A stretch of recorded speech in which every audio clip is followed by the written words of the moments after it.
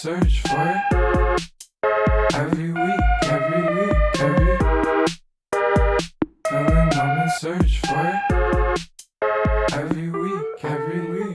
Good morning, you are listening to the Phil and Aman Search For podcast. I am your host, Phil, and I am joined as always by my co-host, Aman. Aman, what's up, buddy? What's going on, guys? You know what it is. How are you doing this morning? Pretty good, man. Same as usual. You know what it is, man. Yeah, similar? Yeah, the somber feeling of fucking school lurking up, you know. It's pretty 100%. nice, though, you know. It's a good morning. Got It's some a good coffee morning. in me. You know what it is. For sure. Yeah, coffee's never too bad on this morning. We're going to get straight into it. I am pissed off this week, and I know you know a little bit about it. I am pissed off. I hate fucking mail delivery services, man. They're fucking terrible. I've never had a good experience with one. They're mostly terrible. Like this week, I have a package getting delivered to me, and I ordered it almost like 2 weeks ago, and I get like, you know, Black Friday happened and like, you know, just general like COVID stuff. That mail services are slow, and I understand that, and you know, whatever. But there's also a point where it's like, when I have tracking on my shit and I can see that it's like sitting in like the, you know, the city, like, and it hasn't moved in a couple days, and I'm just waiting on it, and like I know I can have it like today if I really wanted, or if someone was just like, you know, able to deliver it.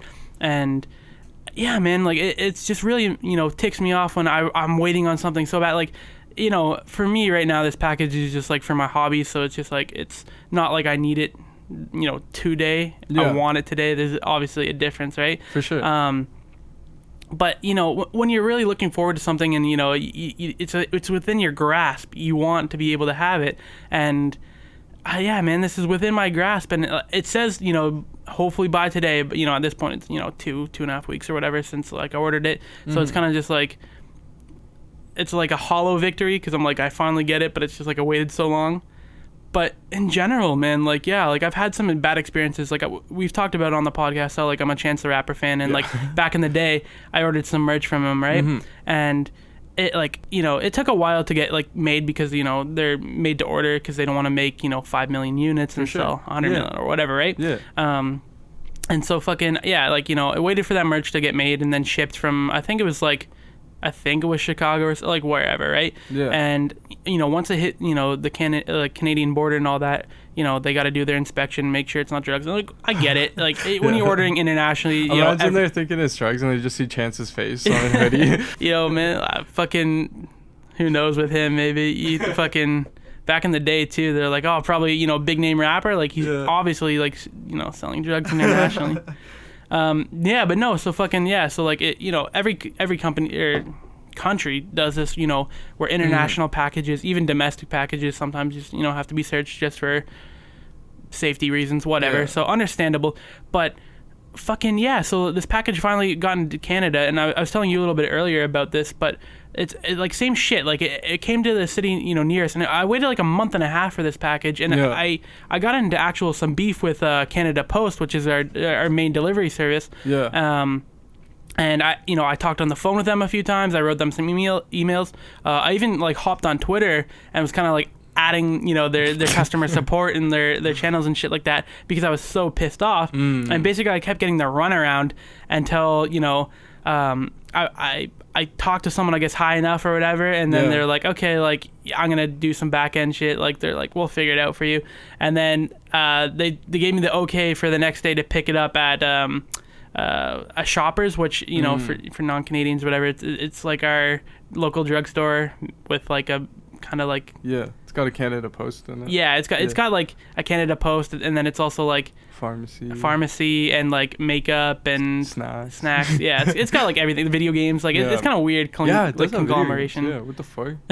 Yeah, what the fuck? You can do your passport photos there. Yo, Shoppers literally has everything. Yeah, it's got everything. Shout out Shoppers, man. All your needs. Can you buy lottery tickets there? Yeah. Really? You can. Yeah, pretty much anything, bro. Damn. Shout out to Drake when he rented out that Shoppers for. Oh, this started from the bottom. Yeah, video. man, Yeah. Fucking actually that music video, I love it because That's like a sick video. yeah, like there's that pause or whatever where they're like actually like acting or whatever, and the the girl comes through and the guys are like hitting on them, and like the other guy's just like, yo, your girl's on the phone and she sounds super pregnant, bro, and it makes me laugh every time because like just the way he says it, and then he just starts like chatting up the girl after like he rats out his friend. That's funny as fuck. Yeah, but back to it. So fucking yeah, they pulled some back end shit and they're like, okay, you can go pick it up from your local Shoppers like tomorrow. And then it was kind of like a half-ass because it's like, oh man, like this is half of your job is like actually delivering my package that I paid to get delivered to my door. Yeah. And but at that point it was like a hollow victory, like I was saying, and because it's like I finally got my shit, but it's like it took so long, and like they kind of gave me the runaround, and like they were kind of like the person at least I talked to on the phone, like I probably wasn't also like the nicest, but I was also like I was in like in high school at this point, so I was like I wasn't an asshole, but like I was obviously busy, like verbally frustrated.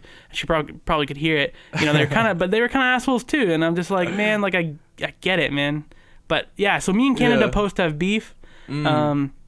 I've also had like really bad experiences with like FedEx and DHL and like Amazon and shit too. No, most definitely, yeah. Yeah, like no delivery service is perfect, and I get that. And like obviously, like I said, like there's some people who like actually it impacts where they're like they need something for their job, like if they're a mechanic and they need a tool like ASAP to get to like a customer or whatever, versus me like just ordering shit that I want. Like there's a very like discernible disconnect there, and obviously like I know my shit isn't important or priority, but when you're paying for expedited services and shit like that, and you're paying the premium price because it's like standard shipping in Canada is like really cheap. Like you can send like an envelope for like I think like less than $1. For sure. And like you small mailers and like bubble mailers and shit you can send for under like $5 depending on like what you're putting in there and like everything, right? Weight and all so, that. Yeah, so like shit's like really cheap, and like but when you're paying that like premium and you're paying that like sometimes the package is like $14 to $20 to send or like whatever, and you're paying for that shipping and the import fees and shit like that. It just sometimes it really burns when you're you still have to wait. Yeah, especially like that month and a half that I was talking about for that, and it's just like what was the estimated shipping when you paid for it initially? Like how they give you like that window? What was like the thing that they said when you did? From when I like, cause they had to obviously like factor in like creating the shit, so like they're like once like it's created and actually like shipped out to you, they said it was like maximum of like 2 weeks, right? Yeah. And usually like sometimes like when you order shit, like it usually does get there faster depending on like how everything's flowing and stuff like that. And like when you do especially pay for that expedited, so yeah, it was like 7 to 14 days, which is usually like the estimate, and usually most stuff like you do get here, it's like way before that 2 weeks, right? So that's why, especially where it's like a month and a half, and it's like 2 weeks at maximum, and that's the thing though too. I noticed with like a lot of American companies, especially being from Canada and like buying shit like just like primarily from like American artists or like American brands and all that. Like it always takes way longer to get here, and like Canada wide, like Canada Post is like probably like my favorite. Like whenever like I'm buying something on eBay and it's just like just something like small or something like that, like if it's coming from Canada and it's Canada Post, it usually gets there in like 2 or 3 days. But definitely when it's coming from America, that's when it gets fucked, because like you were saying, like they have to like check it, and like it's like I don't know, it's just usually it sits in like warehouses, and like it's usually you never get your shit until like months later. See, like, or like not months later, weeks later. But it's not AliExpress exactly. times, but like or like Wish times, but like Canada Post, like for like 90% of the time, like they're okay, you know what I mean? And like I guess that's as best as you can hope for like a company that's like provided by like the government, you know what I mean? Like especially like when we're saying like shit like DHL and FedEx and all that like have their issues and stuff like that, right? But like I have ordered stuff from I've ordered stuff from Europe before, like shoes. I've ordered like video games and stuff from like Japan and China and stuff like that. Word, yeah. And I've never felt like my shipping times, like wait times, were that bad. Like even though I did have to go through the government and like getting checked and shit like that, right? Like I've never felt like it was like that bad, where I was just like I know there's gonna be waits and stuff like that. And it's crazy too, because like before we even like started the podcast, right, like I was telling you, like I bought a microphone and stuff like that. Like I've had one for a while, whatever. And I paid express shipping from BC, which is all the way across because we're in Ontario, right? So it's like, across Canada, basically. It's not completely because it's not, whatever. Yeah. You know exactly what I'm saying. Is this with that one company? Yeah. Yeah, okay. And so and so, I bought it that night, and then the next morning, they had it fulfilled because they were closed by like 7 p.m. and I bought it at like 10 p.m. on their website or whatever. Yeah. The next morning, they like, as soon as they opened like 9 a.m., it was like 9:20, and I got it, and that like my order had been like created like a shipping label and had been sent out, like, and then I was like, oh cool, like, it's not bad. And I was like, now it's gonna be the wait, it's gonna be like a week or whatever. Bro, less than 24 hours. I think it was like 18 hours or some shit. And that package was at my door like the next day. Oh wait, yeah, no, you can't. Didn't you like buy it online and it was taken longer? Oh, okay. Sorry, I got it mixed up. Yeah, no, it's okay. No, yeah. So fucking. So Long and McQuaid came through for you then? Eh? No. Sorry, not Long and McQuaid. Oh, I thought you were talking about some other shit. No. Long and McQuaid was my fucking audio interface. Oh. Yeah. Fuck Long and McQuaid. That's what I'm saying. Yeah. I was like, sorry, okay. That's what I thought you were talking about. Ways. Yeah. Okay. Now I'm with you. All right. I was just like, yeah. Yeah, I don't think we ever talked about that on Long an McQuaid episode. takes like, that's another thing that like I don't know if they use Canada Post or what shipping service they use, but whenever you like try and get one from one location to the other location, it might just be like the back of some dude's trunk that works there. You know? But, honestly. Like, fuck, man, they always take like mad time, man. It takes like way long. It's easier just for you to drive there and get it yourself. 100%. Yeah, so like exactly. So like like you're saying, those who don't know, I did order a different part, so my audio interface from a city that which is like half an hour away from us. Yeah. And I was expecting that to come first because obviously half an hour versus half a country away. Shit. Half a country away. That's jokes. Yeah. Right. So like literally, bro. Yeah, I was expecting half a country away, right? Like I was expecting the one obviously next to us to come like almost immediately, but then I got that package and I was like, oh shit, my audio interface is here. I open it up. Nope, it's my microphone. I'm like, oh my god, like what? Like 18 hours from BC to Ontario. Yeah. And like that shit was expedited, man. Like that shit was fast, and I was so fucking amazed and like all that, and then fucking and then I waited forever when I could have just gone and picked this fucking thing up from the city next to me, and no, just waited and it finally fucking got here after like a week, and I'm like, I paid for expedited on that too, so it's just like, why did it take so long? And it just blew my fucking mind, and I was like, that made me a little bit like irrationally mad, and I'm like, oh man, Long and McQuaid, as much as I like love going there and like checking out all the used gear that comes through there and all that kind of shit, some of the employees make me want to fly off the wall, bro. Like they just like fucking drive me crazy, man. Like some of like the way they talk to you, and then like the way they like they'll be lying through their teeth about like shipping and all that to you, like if like they don't have something in stock. Like there's been plenty of times where like I think I told you about this story where I went like all the way to this one Long and McQuaid like way out the like way from where we live, and like I was trying to find this one keyboard, and I was telling the guy this whole time like I need this one keyboard, and he's telling me it's this whole other keyboard, and he's like not really looking at like the picture on my phone that I'm like showing him from their website too, I should mention. So it wasn't like I was like showing him a picture off the internet, like just like a blurry ass picture. It's like the literally one that like on your website says it had the stock, product code on it had the SKU number or whatever. And like this guy was telling me the whole time that I'm showing him the wrong keyboard and like all this, and then finally at the end he's like, oh no, but I can get it shipped in. And then he was like, it's gonna take a while because like we don't know when we're gonna get our next shipment in. I'm like, what the fuck, dude? And then I hit Amazon that night and I got it like 2 days later. So that was I remember you telling me the story, and you're like, oh yeah, like he went to the back, and like you're like, I know he didn't fucking look and all that, and like he just like it was like half an hour later, like this guy's just making you wait, and like fucking like came out, and like he totally forgot about you, and then you're like, yo man, you find it? And dude, like, literally, oh man, like that we're first still looking. like 15 minutes he was talking to me, and like we were out on the floor, he was like kind of like confused at where to go from there because like he still kind of didn't know what I was talking about. So he's like, oh, I'm gonna go check the back or whatever. So I'm like, all right, whatever, I can go play with some of the keyboards out here, I can have a good time. There's only but like 4 keyboards set up, bro. So like after like like couple of minutes I got pretty bored, and after like, you're done jamming, you're like, all right, like, what man next? People start looking at you crazy too if you start playing too much. So like yeah, man, fucking Yeah, I got wasted my time that day for sure. And like especially we've talked about this too, but like the local ones around here too, like are a little bit rude too, and it's just like I don't know if it's just like Long and McQuaid in general, or if it's just like I don't know if it's Honestly, just music I think people in general. What it is, it's like probably just music people in general. Cause I've been to a couple other music stores that like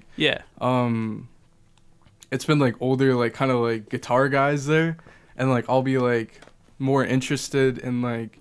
Although like the guitar stuff is interesting to me, and like I'll go like check out some of the more traditional guitar stuff. Like I'm always like more interested in like wavy like pedals and like effects and all that. So I'm like I'll be asking questions about that, and they'll be like just talking down to me so much, and like they're just like acting like I don't know anything, and like which is fair. Like you know like they definitely probably do like know like they've forgotten more than I've ever known, but like it's just like kind of.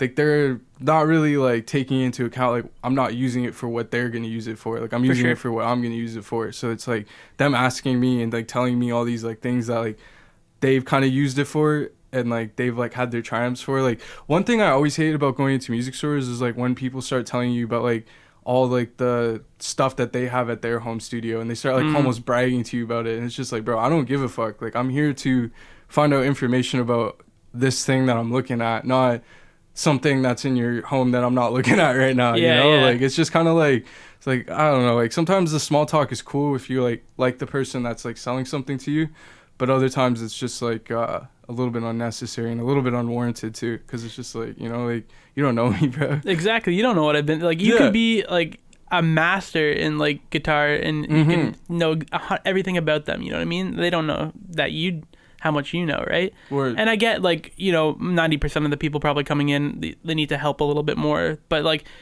it should be in like, you know, when you get someone who knows a little bit more or like, you know, knows exactly what they want, it should be so much easier for you, like your job and like yourself, right? Because it's just like, oh shit, like I don't need to fucking explain 900 things to people or like, oh, you know, what's the difference between this one and this one? And you have to explain like harder technical, you know, technology and like and stuff, shit like that, you know what I mean? And it's probably a lot easier for them, but like but then you get people who are just a little bit snobby, and it's just like, man, it's just like, come on, like let's just make it easy for both of us. Have you ever like experienced like, did you ever like go to comic book shops when you were a kid? Yeah, I was actually just about to bring this up. Go ahead. Yeah, I was gonna say, sometimes at the comic book shops that I would go to when I was younger, you would always get like different kind of guys that were like that. It like reminds me of the same like kind of like way the music stores are, but it was like some of the guys would like always put you on to like which like books were cool and all that, and then other like dudes would like treat you like shit if you didn't know like one superhero from another. It'd be like, oh man. And the thing with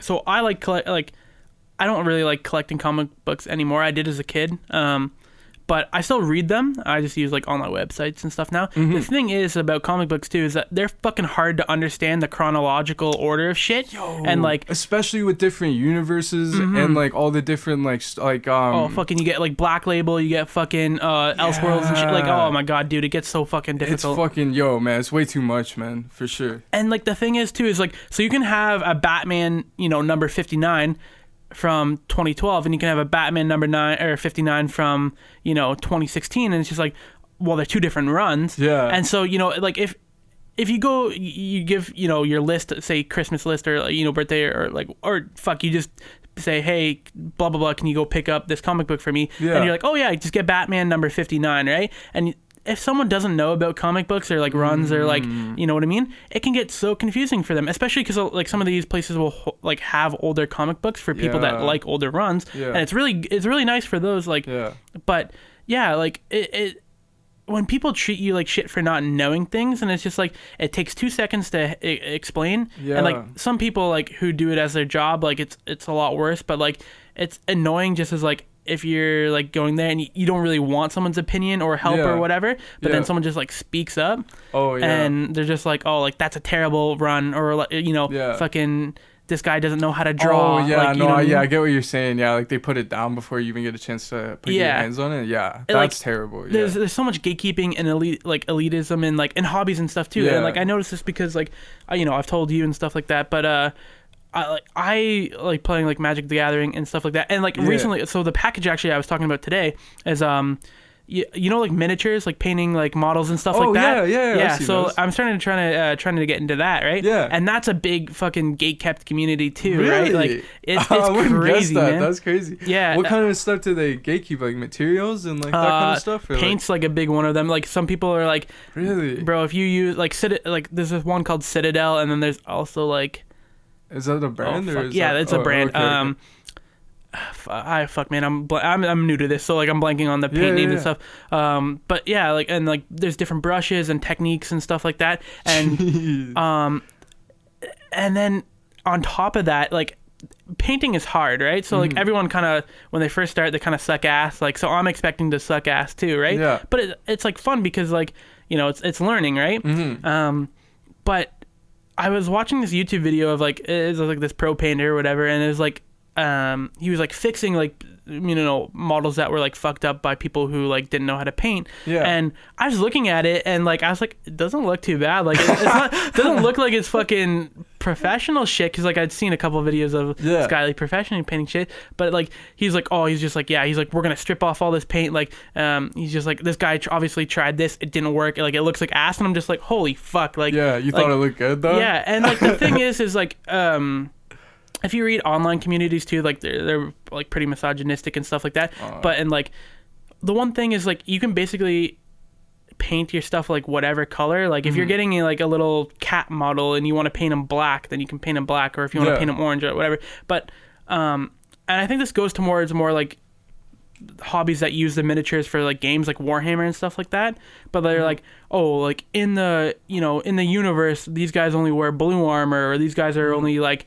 wear red or whatever, and other people just paint them like, oh shit man, like I painted them like a nice pink and blue color or whatever, you know what I mean, like doing whatever you want, like that's kind of cool too, because like I don't know anything about like the like armor or whatever, but like if you like are into that and you want to make your own storyline, like you can create your own armor color and like do it with the miniatures. Yeah, so like I that's said, cool like though. I like that. That's dope. You can like I just said, like, I'm color. starting out, right? So some people are really into like, hey man, if you want to fucking make your guys who wear fucking giant wolves, pink, then do it. But other people are like, no, in the story they only wear black, and it gets so annoying because it's so gatekeeping. Yeah. And I'm sure there's probably like a small minority that do it, and they're just really loud, like like what happens with everything, you know what I mean? But it's so annoying. But like you see it too when you go into like these comic book shops, or like when I'm saying like I'd go in for like Magic the Gathering or whatever. Like there's always these people that like, and there might not always be like a million of them, but there's like always at least one. Yeah. And they always, no matter what they do, you could be having a good time, and they're putting like a damper on it just for like existing, because they want to like either gatekeep you or like complain about shit. Like when I go and play Magic and stuff, or like pre-COVID, I have I had like 2 decks or whatever, because they're like kind of expensive, and I was running them on like a semi budget, right? Yeah. And I just played it because I liked how it played, right? And then there the people that were putting in hundreds to thousands of dollars, and and then you'd play them or whatever, and 90% of the time they're gonna win when it's a 4-person match, so it should be like 25 you know what I mean? Like it should all. Did those expensive cards really like guarantee you the win then, pretty much? Not always, but like there's like it's so hard to describe as a hobby, because like there's this stupid thing called the reserved list, which means they can't. They made like a verbal promise in the 90s, because a game almost went bankrupt, that they were never going to reprint some of these cards. So they were like really strong cards, and then like so now people use it as like a collecting factor, because they're like, oh well, there's only so many copies available in the world, they're never going to like remake these cards. And do those get more power then technically in the community, or are those like same power as what's printed on the card? So it's still the same as it was in the 90s, but it's just they happen to be like, for the game in general, like they just made them like they were like really strong because the game was in its infancy, and then they kind of like fleshed it out, and they're like, oh shit, like what we did back then was like really, like one of them is adding like a lot of mana, which is what you use to like pay your spells and shit like that. It's called a Black Lotus, and like it goes for like 20K like for one copy, and I think that's like a bad like worn version and shit. Like this card's ridiculous. It's crazy. It's like one of the most infamous cards for being like expensive. But like even some of these like lesser known like are going for like, they're literally just lands, which I was talking about mana, It's gonna get so complicated. I want to keep it What's really that card simple. called again? Black Lotus? Yeah, Black Lotus. That's cool, yo. I'm Yeah. gonna have to look up what that looks like. That's really dope. Like That the art's sounds kind of dope. cool. But anyway, so yeah, like just simple cards like lands, which are like you use to play and like your other cards, right? They were called dual lands because they had one of each of like color because there's 5 colors. Yeah. So it would have like a red and a blue, or a blue and a black, or a black and a white, right? And those are going for fucking a couple $100 because it's part of the same like set, and because like they functionally don't reprint any of the from same the shit same anymore. set, it's more valuable. Yeah. That's like all it is, just from the same set. It like makes it like Yeah, So there could because have been like some like bummer cards that came out in that like year that like people were like, oh, I'm just gonna like throw this in like I don't know, like a random pile of cards, and then you could like find that pile of cards and there'd be like something like the stories of people buying like old collections from people who like had died or just like sold the hobby and didn't realize what they had, right? Yeah. So but yeah, for the most part it's kind of crazy because basically it comes down to, they said they were never going to print these cards again. They were super strong, people want them, right? Yeah. So even like some of the shitty cards, which should only really go for like 50 cents, people are slowly starting to buy them out over the years, so that they're making like artificial scarcity for like the shitty cards. Now these cards that people actually do want have the price because people do want them, and there's already just like natural scarcity for them, so that's what like makes them so expensive, whatever. But yeah, so like some people, back to my original point, sorry, some people have these cards that are like a couple $100, or I have a card that right now it's about 200 Canadian, and I did not buy it for that. It's gone up in value, and I didn't mean for it to go up in value. How'd It just you happened. obtain the card? I actually got it for Christmas last year. Oh shit! Yeah, my girlfriend bought me That's one. dope. Yeah, it's That's really dope. nice. So anyways, she bought it for like a way lower price, and then it's just like tripled in price, or almost like quadrupled in price. So yeah, it's like sitting at like 200 Canadian, right? And That's I kind of crazy. like it because it's just like, oh cool, like I have a nice expensive card in my deck. Like I never would have bought it like for this price. Mm-hmm. But it feels so bad because it prices other people out, right? And like I like just playing the game in general because, like I was saying, I think it's just fun to play the cards like I like and like the strategies I like or whatever. But then you get these people who are coming in and they're dropping money on like big cards just because they're like a lot of money, and like they don't necessarily know how to play as well. No, like they usually do. Yeah. But they're playing the most expensive cards because they have the budget to, and then they just kind of shit stomp. It's like in video games where you just get shit stomped by the people who pay for like all the the OP crates. Yeah, like in fucking Call of Duty and shit. Yeah. It's like, oh, like there's a new gun, but it's like $25, buy it, and then it's just like, okay. And it's just like, yeah, so they come and do that, and it's just like, man, like I've played games with like literal children, like I've played games with like an 11-year-old and like a 50-year-old man in the same game, and like it's That's really sick. Yeah, That's it's really dope. fun because you just all kind of have a laugh, and like you make deals, and you're like, you talk to the 11-year-old kid, you're like, yo man, like I'll help you, right? And like if you owe me a favor, right, like later in the game or whatever, right? Or you talk to the old guy and you're like, oh shit, this 11-year-old kid's like, he's winning, he's kicking all our asses, like, oh, we gotta stop him. And then sometimes you do, sometimes you don't, right? And most of the time it's like usually guys within like our age, like early 20s and shit like that. But yeah, when you're playing with people and everyone kind of decides that they just want to have fun and play their cards or whatever, it's a great time. But like, yeah, when people just come in and they're like really snobby about the hobby, and they're doing it for like the money, and like just to come in and like shit stomp, like I said, sometimes literally like 11-year-olds or whatever. It's just like no one wants to play with that guy. Them, but sometimes it's like you come in and like that's the only table that's available is that guy because other people already avoid him. So you sit down. Just because you're like, oh, I'm already here. I want to play a game. Do you like right? realize like halfway through what you've gotten yourself into? You're like sitting there like, fuck. And like, it's definitely it's super frowned upon sometimes too. Is to like flat out quit a game like in the middle of it. But sometimes that's the only way to do it. Like I've never done it, but like I've definitely lost interest in a game like that because some guy was just like going overboard, and he just kept like taking longer turns and like just kind of just kind of fucking up the game balance, you know what I mean? And it's just like, okay, I'm gonna go on my phone for 5 minutes, which is really like frowned upon too, because like should be active in the game and making decisions and paying attention to what happens, and like so you're not just but like at that point it's just like the game doesn't have anything to do with you. It's just it's like I know I'm not gonna win this game. Like I definitely there's no way I can come back unless I get like literally like a miracle like happen. But yeah, and so it's man, just fucking. I sound like I'm gatekeeping other people, but it's just like these people are more. That's a good point of view because I was gonna say like at the. Like, I do totally agree with you. That shit's mad annoying. Because, like, just with, like, anything, like, anytime somebody's, like, flexing, like, the more powerful shit they have just because they bought it, it's always, like, with anything, like, video games, collecting things, it's always, like, annoying. But at the same time, though, like, there's also that, like, there's a reason why it's available for purchase, you know? Like, so, like, I totally understand why people, like, collect them and all that. But, like... and then, if they misuse them, then it's like fuck them. But like just like to have them, like I think that's sick. Like how you talking about like that Black Lotus card? Like I know nothing about Magic, but like I'm like interested in that shit, you know? Like I just want that shit, you know?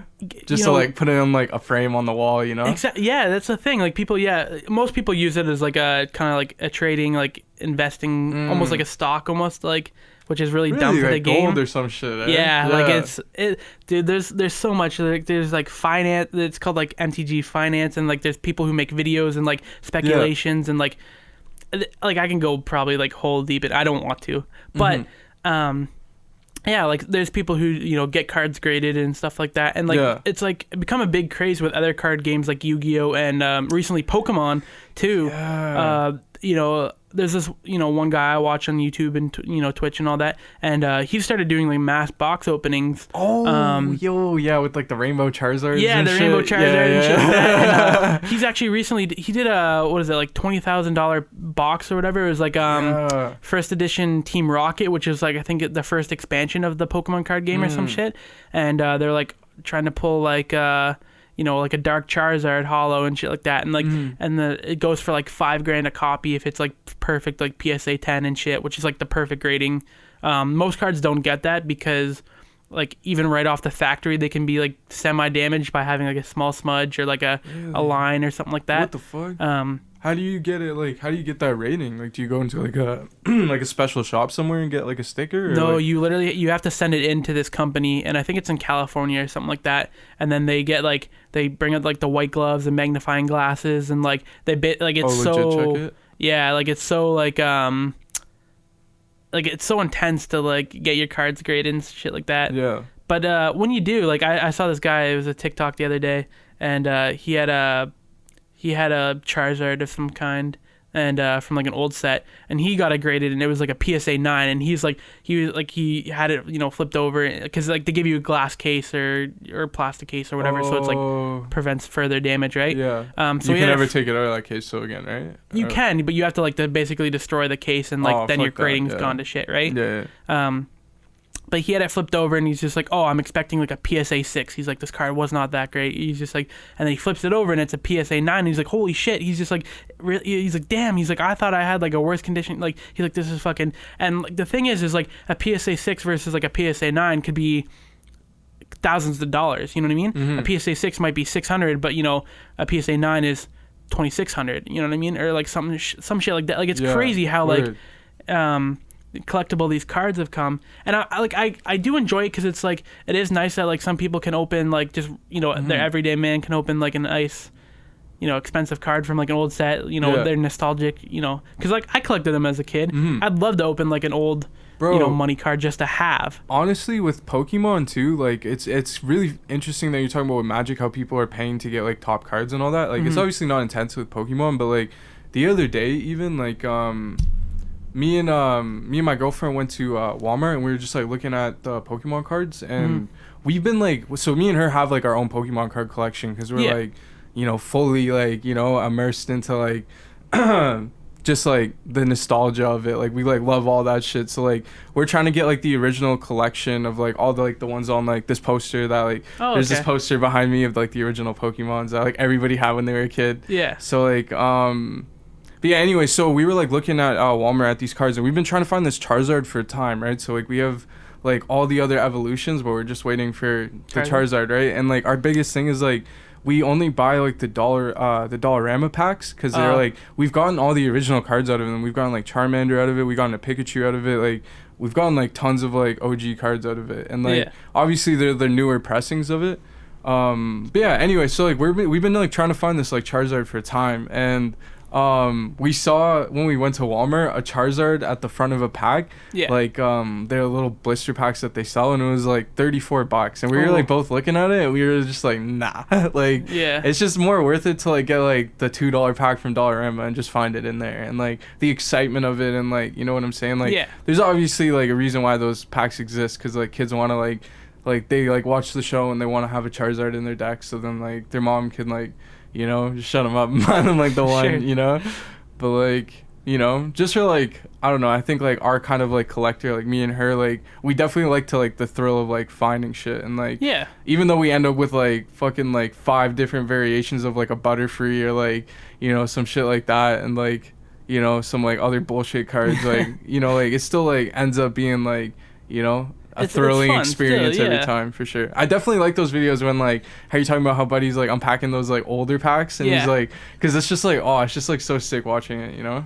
100%. Like my girlfriend and I I buy, you know, a couple booster packs of like Magic and shit like that every once in a while, and I do the same thing with my girlfriend. Like, you know, if I get like that 3-pack or whatever, or you know, if I get 1 or 2 or whatever, I'm like, okay, you get 1, I get 1 or whatever, and then like I'm like, okay, you go first, you can open it and all that, and then she has no idea what but like she goes through them each one, and I'm just like, I'm waiting to get to like the good cards, but she's going through like, you know, the commons, and just like, oh, what's this? Is this good? And I'm just, you know, and all that, and then she goes through, and I'm just like, all right, go, good card, and then, you know, like, and she's had some really good luck for me too. Like, she's pulled like a couple cards, you know, that are like, you know, $15-$20 or whatever, right? Yeah. Or sometimes like nothing even like super expensive, but something like I wanted it in my deck, and instead of, you know, buying it for, you know, $3 off that card website, or like, or finding someone, you know, in Cambridge, Kitchener here that like to go buy it off of, I just pull it in a pack, and then I'm like, oh cool, like that's perfect, it's exactly what I wanted. We've done that a few times, and you know, I like obviously like these pack openings, and like I do like collectibles, because like I don't know if I've ever told you, but I actually have a signed Harry Potter book. No way. Yeah. You That's know, sick. You know, which one? The 7th book. The 7th book? Which one? That's the Deathly Hallows. Deathly Hallows. Okay. Yeah. So the last one in the series. You know, controversial. You know, author aside, we're not gonna really talk too much about that. We don't need to bring that up. Yeah.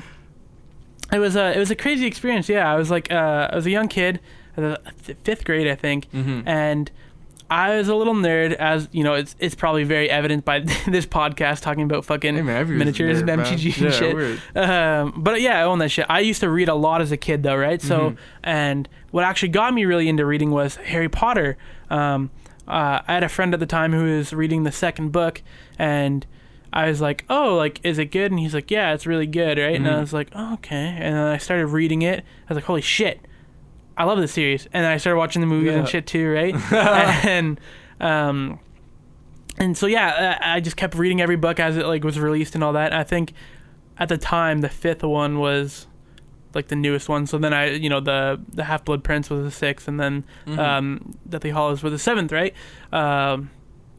And so yeah, by the time I was in grade 5, I was a full-on bookworm and reading other shit too. And so I was always in the library, and I knew the librarian, and she was a very nice old lady. And anyways, my school ended up getting 3 tickets for her meet and greet in Toronto. And fucking there was another school somewhere in Waterloo that got the 3 other tickets, right? What? And so they gave out the first 2 to actually 2 people like the grade ahead of me, who I knew the one girl's sister or brother, and then knew the other guy from other things. But yeah, fucking, so anyways, and then the 3rd ticket they were like gonna do like a raffle for, and I was like, oh my god, like I want this so fucking bad, man. And they did an announcement for it, and fucking they called my goddamn name. Yo, they called my name, bro. That's and so sick, I know dude. to this I know the fucking librarian rigged it for me. Like 100% know to this day she did it for me. Oh, that's so sweet. Yeah, and like other people in my grade were like, oh, if I win, like they're like, oh, I'm gonna fucking take whatever I get and like sell it for money and shit like that, right? And I'm like, okay, like that's fucked. They're not even cherishing the moment. Yeah, they didn't really care about the moment, but yeah. Anyway, so I went down to the library. I was going nuts, man, right? And like bouncing off the lockers. Yeah, and then so she's like, here's an information package, give it to your parents and sign it. So I went home and I told them, and they're like, holy shit. That's so sick. Yeah, this nice old librarian, she took the three of us, and we went to the Winter Garden Theater in Toronto, and we did a book signing. And we had name tags on, so I went up there, and then like J.K. Rowling, she's just like, oh, she's like, Phil, that's a lovely name, I like it, and like because it's a British name and all that, right? And I was like, thank you, right? And then she signed my book, and it's got like a stamp and like authenticity. We have like a shitload of pictures from that day, and then we went to lunch, and then we came home, and then actually the Kitchener Record did a fucking article on us. Dude, that's sick. Yeah, I actually lost my copy for a little bit, but my grandparents had a copy, and so they actually had two copies, so I got their extra one this year. My sister brought it home for me. So now, yeah, like I have it all saved and everything. And I brought my collection of Harry Potter shit, and I passed it around to everyone, because there was another kid who did the exact same shit too. So each of us are like holding like something. Yeah. But yeah, so I still got the book to this day. Don't know exactly what I'm gonna do with it, because it's a little problematic right now. But like the series as itself, I would hope kind of stand alone, because it's like. Yeah, bad people can make good shit, you know what I mean? Yeah, it's one of those things where like there's like a whole bunch of controversy around like who wrote it and like who came up with it, but like there's a whole bunch of things that spawned from it, like with the movies that she wasn't necessarily fully involved with, you know? Like there's other creative aspects to Harry Potter that like shun her out completely is like whatever, like people can do that if they want, which is kind of fucked up, but like it still shouldn't take away from Harry Potter, because it was like a very exactly good... like I think it's such a cultural like icon for children and even adults now at this point, that it kind of just supersedes everything else. Like it's kind of like like the Beatles, like you know what I mean, like there's a lot of shit that went on with them behind the scenes, but like as a cultural icon point, it's kind of like the larger than life at that point. It's just like it's art, you know what I mean? So anyways, I'm gonna keep the book. It is worth a little bit of money at this point. Don't know if I'll ever sell it. Might pass it down to my kids. Maybe in the future, maybe I'm just like I cherish the moment, but like just really don't care for keeping this anymore, or maybe I'll need the money for. I have no idea what's gonna happen. But right now, kind of just keeping all the pictures, keeping the news clipping, newspaper article clipping, and just kind of rolling with it. I feel you. That's definitely one of those things that like once she's like gone, like the author's like it'll skyrocket in value. Yeah. So like I would definitely say like hold on to that, or like give it to your kids, like you were saying, like keep it like definitely close to you, because like that's like a pretty like it's like the last book you said you got signed. So like that's like literally like the last thing, the first and the last of something are usually the most valuable to have. Like oh cool, if you were to have the third book signed, like it's still cool, and it's still like still crazy. Has a significance. But like collector wise, the first and the last are usually like the most like money in a hobby, for sure. But so that's my story. Have you ever met anyone famous, by the way, real quick? Or I've been any, around like in certain situations where like I went to the J. Cole KOD concert, and I remember you telling me about that. I was behind T minus, and like there's this other producer that he's with like long hair and like a baseball cap all the time on. I never remember his name, but if you know who I'm talking about, you know who I'm talking about. But like I was behind them, they had a bunch of girls with them, and like I was like a big mark for T, like I still am a big mark for T minus, because like just like general like producer philosophies that he has, and like keeping shit simple, and like just the way he does his like certain things on like the beat. Like I've always like listened for that since like The Motto, when he made that. Everybody knows the song The Motto by Drake. He made that song, he made The Photograph, but he was the only other producer on KOD. So like I think that says a lot from like a dude from Toronto to be like this guy's like all the way from America, he's come back and like fucking with us, and he's like at the show. Anyways, I'm kind of rambling here, but I was like standing behind him, and I was like really really nervous because I wanted to say hello, but then at the same time I was just like, I don't really have a reason to say hello to him right now, because like I would like to meet him in a different setting, obviously, because of like what I do, and like yeah, I mean, I just like, I got really sketchy and nervous about that. And like, there's this other rapper named Maestro Fresh West. Have you ever heard of him? He had this song called Backbone Slide back in like the 90s, I want to say, 80s, 90s. He's like a Canadian rapper. He's like one of the first Canadian rappers. And like, I went to this like field trip in grade 11 for like a leadership class. It was like OSLC, I want to say, or some shit. Maybe I'm getting that acronym mixed up. But anyway, so I listened to him talk, and I ended up like waiting to go take a picture with him after, because like I'd seen him on the show Mr. D before. He plays this teacher on there. He's a substitute teacher. That's him? Yeah. Oh, okay. Yeah, you know exactly what I'm talking about. The bald dude. Yeah. He's a sick character on that show. Real life, he was kind of a dick to me. So like I was trying to take a picture with him, and he was like literally like he was like more into like this like. She was pretty sweet. There was this like, you know, curly haired, you know, little sweetie like over there, and like bad thing, eh? But like she was like my age, bro, or like in my age range, probably a couple years older than me, and like this man was a grown man, so I was just like, sketch, bro, what the fuck, sketch. But on that same day, I ended up meeting somebody else who was in the next room, who's this poet guy, and he was like also in the music industry as well in Toronto, and like he didn't have like anybody wait to take any pictures with him after that. I remember Maestro had like a bunch of people waiting, but this guy didn't have any people waiting. And I went up and I talked to him, and he gave me like some really, really good advice for like 15. Nice. He took like 15 minutes to talk to me. Dude, that's awesome. Yeah. So like that day I kind of like, I don't know, it was like as shitty as it was that like Maestro was like kind of on his shit or whatever. Like it showed me like that like sometimes the more like the thing that people want, the more popular thing isn't always the best thing that you'll get out of something, you know, like going to the guy that had nobody waiting for him, he like gave me the advice that I really needed that day to like kind of keep going forward, versus like if I only had that experience with Maestro, I would have been like, yo, fuck that guy. I would have been like, you would have been such a shitty day. Yeah. But then like that guy really turned that day around for me. So like, nice, man. Well, that's a good experience. Yeah. Yeah. Weird. I've also met a couple of the Toronto Raptors. Oh shit! Okay. Yeah, I met Norman Powell and Chris Boucher. Okay. Last year, right after they won the chip, man, that shit was glorious.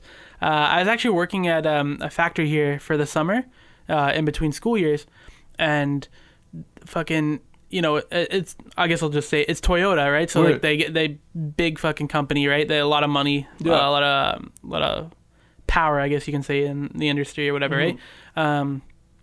So the plant had won an award for, it's like the JD Power Award, which, by the way, JD Power Awards, I'm pretty sure it's just bullshit. I'm pretty sure it's whoever pays the most money to like, whatever. But fucking, they got it for like the safety rating of the year or whatever, which is like the top spot or whatever. So they're like, we're going to throw like a big thank you to everyone or whatever.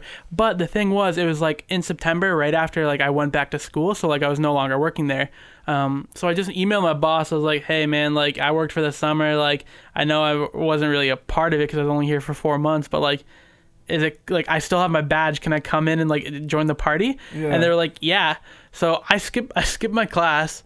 And dude, that's sick. Yeah, that's sick. They let you come back. That's so sick. It was like my first or second class of that, and I ended up fucking skipping it.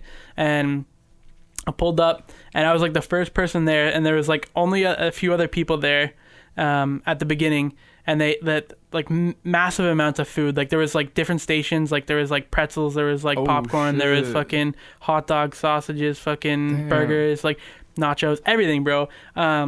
And like not video games, but like games too, like fucking, you know, like the arcade basketball where you shoot, and it's like you have to get the high score with the cage. Like you have a time, it's like 30 seconds, but the more like baskets you get in, the extra like 2 seconds or whatever you get. And so I was fucking on fire doing that. I think I got like the second highest score. Hooping. Yeah. Trying to get drafted. Yeah, at the end of the day, and I ended up winning like a t-shirt. But yeah, then also like I got in line because no one knew when like the guys were actually going to be coming, because they did like a whole speech, and like Sudemeyer was there too. I didn't get to meet him, but yeah, so like people were waiting in lines to, you know, meet these guys, and like I was at the front of the line, or like and then they were like, oh, like, you know, they'll be coming in a little bit. Please disperse the lines, go enjoy the food or whatever. And then then they came, and I was like in the middle of eating a hamburger and talking to like other random people. So then, so then I just kind of finished my burger and went waiting in line. Yeah, and like then they were like gonna give more speeches and shit. So they're like, oh, like we're like about to cancel the line. I'm like, oh my god, please no, I've been waiting. Let me get in this fucking get this picture before they like, you know, say everything's done for the day, right? Yeah. And so I wait in this line, and then I get up there, and this girl like in front of me, and she's by herself too, and she hands me her phone. She's like, will you take a picture for me? And I was like, yeah. So I just started snapping mad pictures for her, and then she was like screaming out, and I was just like, I looked at the person behind me. I was like, can you take pictures of me? Because like no one else had like anyone else there, so it was just like a long line of just handing your phone back. Jokes, yeah. And so like there's just mad photos, and Norman Powell's got this kind of like little smile on his face, like he's kind of like, I don't want to be here type shit, but like I can only imagine. I think he's just an awkward guy, right? Yeah. And then Chris Boucher, he's so tall, and he had to sit for most of his pictures, and so like I'm there, and I like got my arm around him, and like they were both very nice people, and they said, you know, thank you for coming, and like, you know, and like and I'm sure they had to say that like a million times to people that day. Yeah. But it was a really cool experience. They both signed some shit for me. I won a T-shirt. Got to eat some good food, and you know, take pictures with them, listen to, you know, Studemeyer's speech, and and then after I left, and I went back to class. That's sick. Yeah, it was a really cool day, man. Your day, yeah. That must have been a sick little flex when you got back to school. Like, look what I just did. Yeah, I posted the pictures on Insta, and everyone was just like, "Damn, bro!" Like, that's sick. I got some friends from like high school. That, still like interested in it. That's dope. And other than that, I've never really. I guess actually I did. We talked about it a little bit before. But the Flatbush Zombies. I got to touch Juice at the concert I went to. Like very briefly, very like quickly, like I just touched his hand because he was like he was rapping. He was in an area he shouldn't have been, and I kind of just went up there and like I was videotaping, and he was like right in front of me, and then I just like touched his hand, like weird, but like it happened. So I'll brag about it.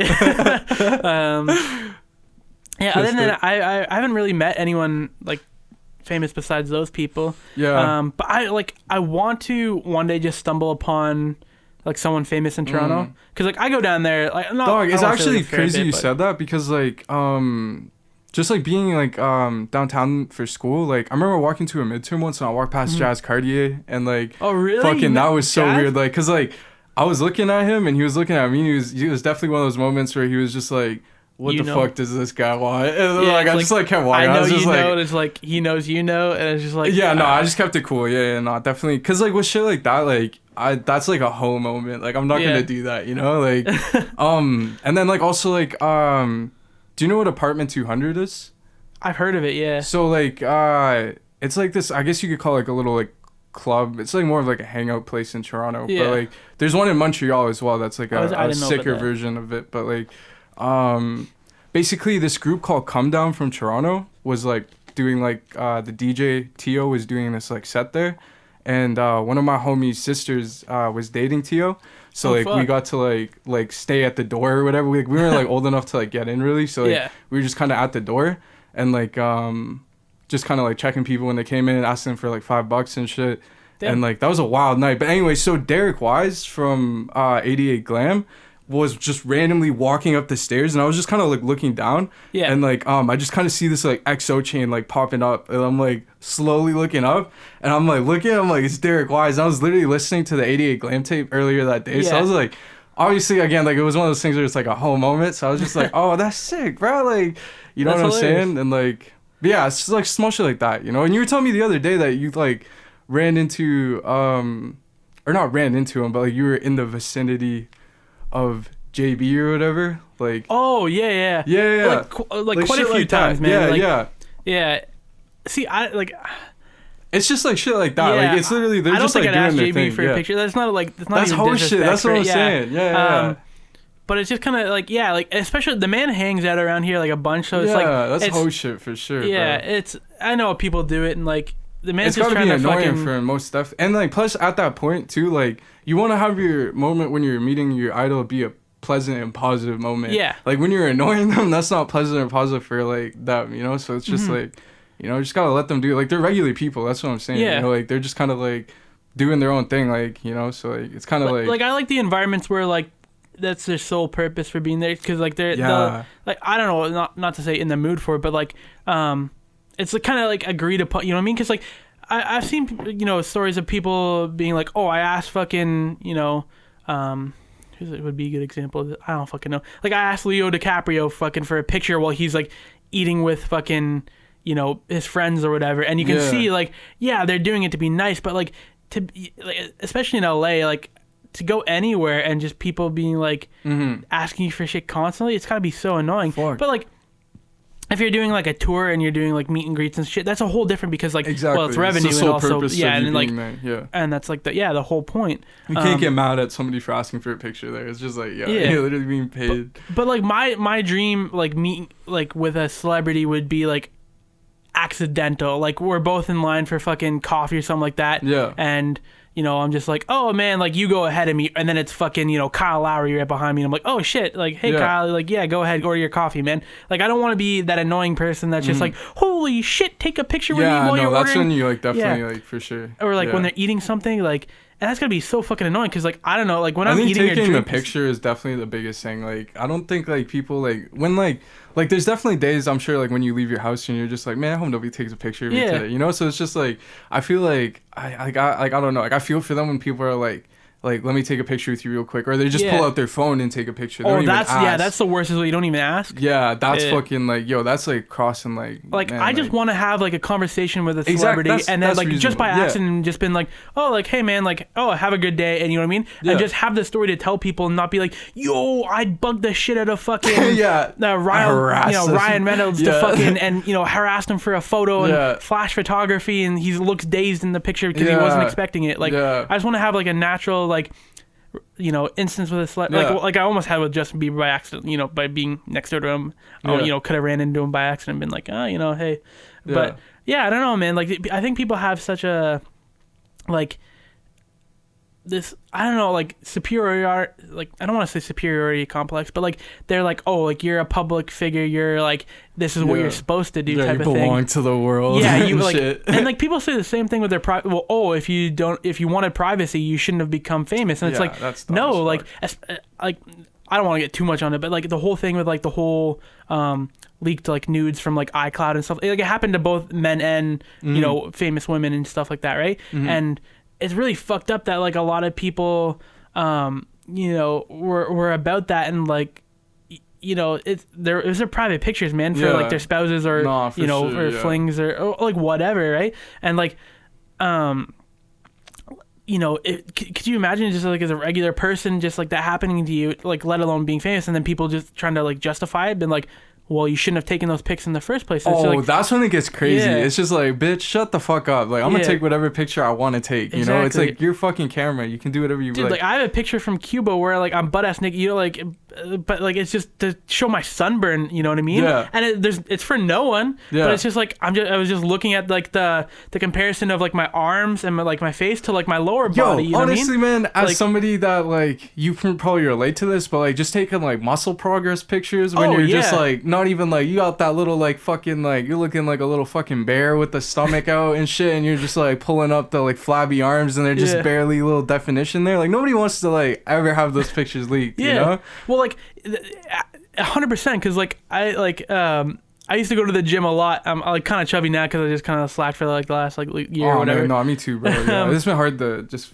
stay active, bro. Yeah. But yeah, definitely, like I had those 100% progress pictures, so like because you like you see like, oh, you're like a little bit happy, you're like, oh man, my lift went up today, you know, or like, oh, you know, fucking I ran for longer, and you know, and like it's normal because everyone does that, because it's just like people are proud of, you know, the accomplishments that they have, and you know, people take varying degrees. Sometimes they're fully clothed, sometimes they're like partial or whatever, but like I know I'm also doing stupid poses in those just to kind of like, because you have to get like your muscle like in like a, you know, flex or whatever, some shit, and yeah, just like it to go off and just, you know, if people are like, oh, well, if you didn't want people seeing those, like, you shouldn't have taken them. It's like, no, like, I had no reasonable thought. You know what that I mean? reminds me of, bro? It's just like literally having like nowadays, like we're taking those pictures basically to like look back on them and see like what the progress is. So it's like almost like we're capturing our mirror in a sense, right? Yeah. Imagine giving somebody access to your mirror and that footage like leaked or whatever, Yeah. or like your mirror leaked and for like millions of people to see. I know, it's just Yeah. like, bro, like it's like, what do you like? How do you justify that? Like, don't stand in front of the mirror. It's like, no, Yeah. you need to stand in front of the mirror, like. Yeah, I don't know. That the whole situation. I didn't want to get too much on it, like obviously, because like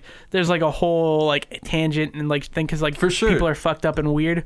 Man, people are fucking like overly like Obsessed. Yeah, like when shit like that. Obsessed is a good word for it, for sure. Cause like when shit like that happens, like why do you like want to see this? Like there's tons of like free websites out there where you can see the exact same thing, or you can just like, you know, like go find a person and talk to them, and like that's when like celebrities will do like nudity in like a show or a movie, and people obsess about them. That's and so like, weird. I saw bro. blah blah blah's titty in a movie, and it's just like, well, yeah, they're acting, bro. They're playing a character where they do like a sex scene, or like they're, you know what I mean? Like sometimes Do you think people like, were like that with paintings back in the day, or like statues? dude, there had to been like, yo, Leo fucking Yo, you see that titty on Leo that da new Vinci Leo drew a joint? fucking a penis, bro. Like, I'm gonna go look at it.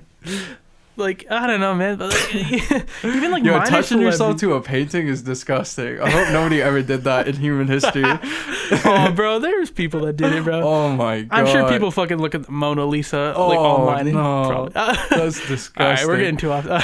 Maybe we'll cut that. But no, like even like minor celebrities, like you know, people who are like YouTubers or TikTokers or you know, fucking funny on Twitter, even like. I've talked about it before. Like, I definitely, there's meme accounts I follow on those platforms, and I like them. And especially the one guy, he's talked about it where like he's a funny guy, and he's very like he makes jokes, and he's like semi open about his life, like, and makes jokes about it or whatever. But like he posted like someone had taken a picture of him while he was like shopping for like eggs, like groceries and stuff like that, and someone was just like, oh my god, I saw him at like, you know, the grocery store. I didn't want to say hi because I was nervous or whatever. And he's just like, I'm a person, bro. He's like, you could have just said hi instead of creepily taking like a photo from me. Yeah, that's and, like, fucked up. Yeah, like he definitely does have a little bit of clout online and stuff like that, but like he's nowhere near like movie star level or whatever. But people still do like this weird host shit for, you know, these small like, you know, Instagram or Twitter celebrities. And I'm like, yeah, like I definitely would like to like meet him because he's a funny fucking person. Like I think it'd be cool to like, because he races cars and shit like that and like collects cars. I think it'd be cool to like hang out with him and like, you know, have a moment where we talk about, you know, whatever, right? And like it'd be really cool. But I know that's 99.9, you know, we'll upgrade it. It's 101% never gonna happen. But like, you know, in a perfect scenario, like I would just like to hang out and, you know, but like so many people do that like that weird shit to like not like even like D-list celebrities, if you want to call them that or whatever. But like and it's just like, man, let fucking people live, Family bro. Channel stars. Right? And like, I don't know. Honestly, like if you see somebody in public that you would like want to have a conversation with too, like we were saying before, like you don't want to like creep them out or like weird them out. So it's like, why would you be taking pictures of them when they're not looking? Like, why would you be like doing like? It's literally like, if you don't want it done to you, why would you do it to somebody else? Because like I'm sure nobody wants that done to them, you know? I think the worst is got to be when people say, "Oh, aren't you famous?" but they don't know your name, and they just want a photo just because you're famous, and they don't really know who you, or they're not a fan.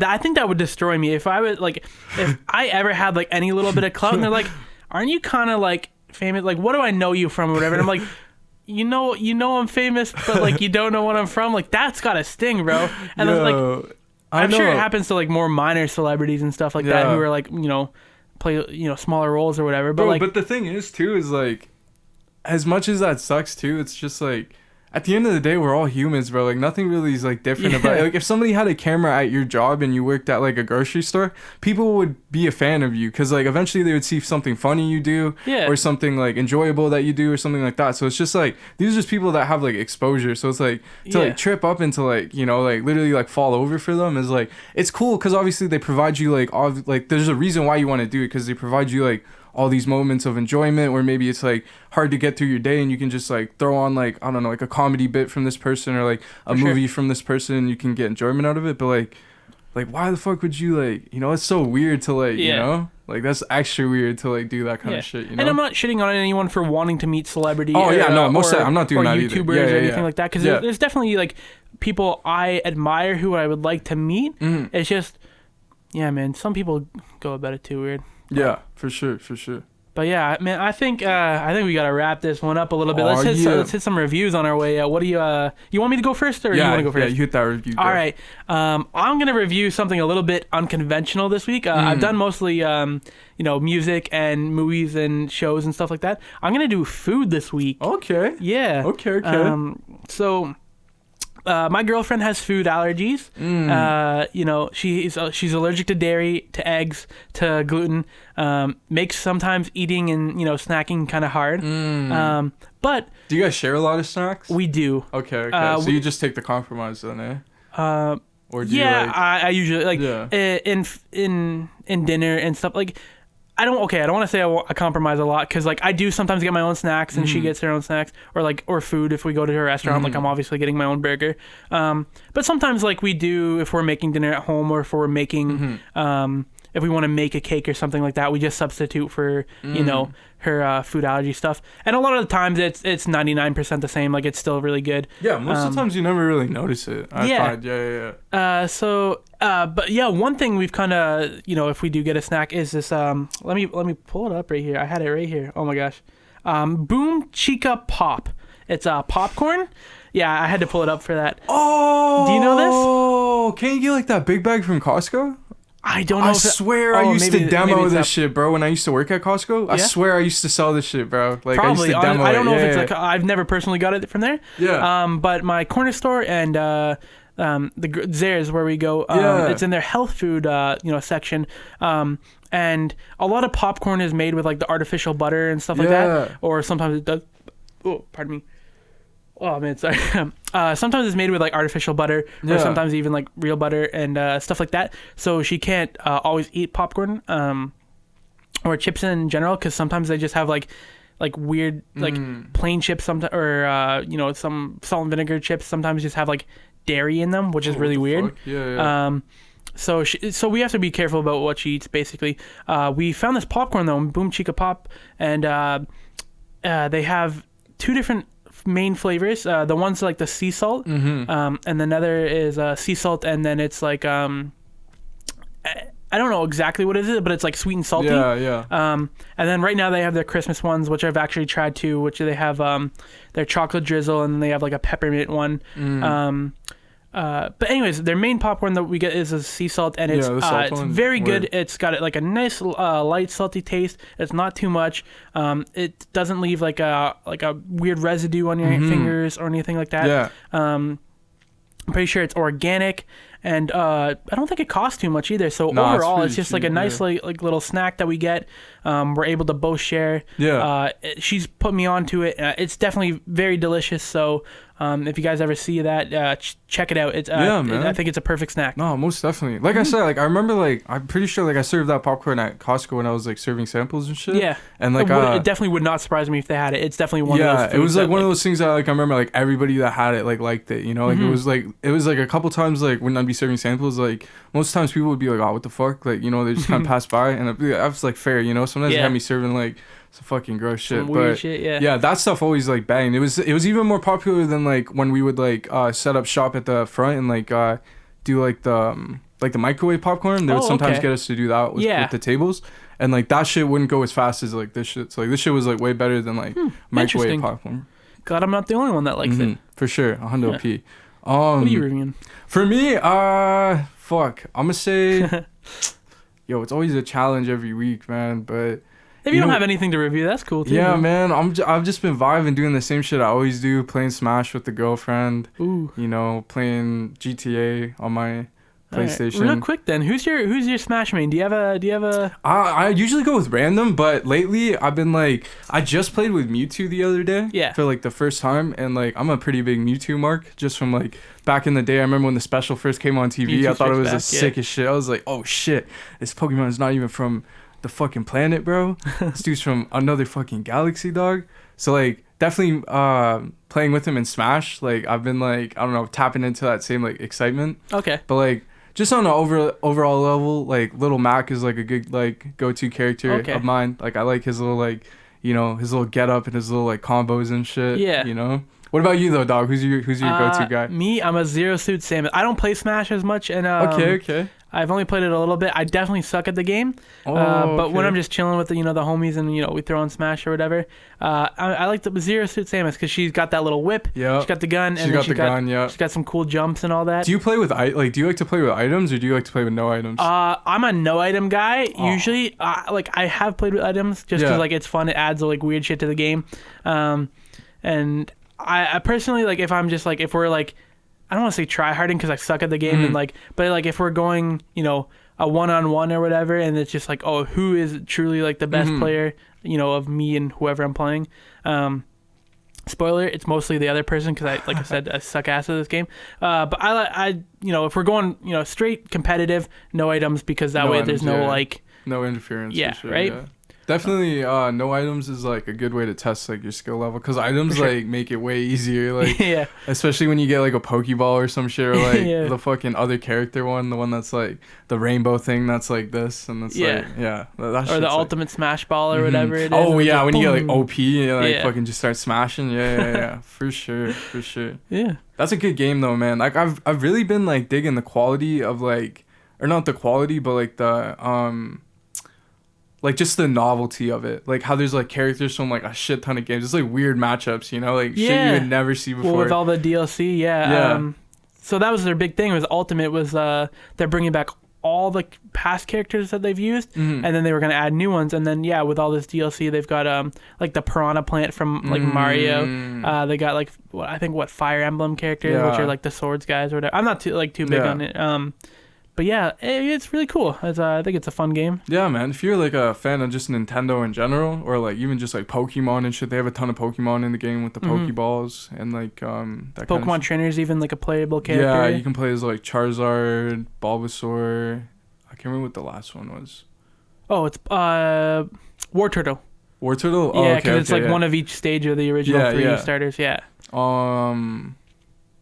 But yeah, it's cool that you can play as that. Yeah, anyways. Yeah, play Smash, man. It's a fucking good play game, Smash, man. That's the review for this week. Hundo P. All right, sounds good. Well, thank you for listening to this week's episode of, Phil and Almond Search For. It's been a great episode. Thank you for listening. Make sure to check out our socials. Make sure to check out our links. Write us a review. Recommend us. It really helps a lot. But thank you guys so much for listening to this week's episode. We'll see you next week. See you guys next week.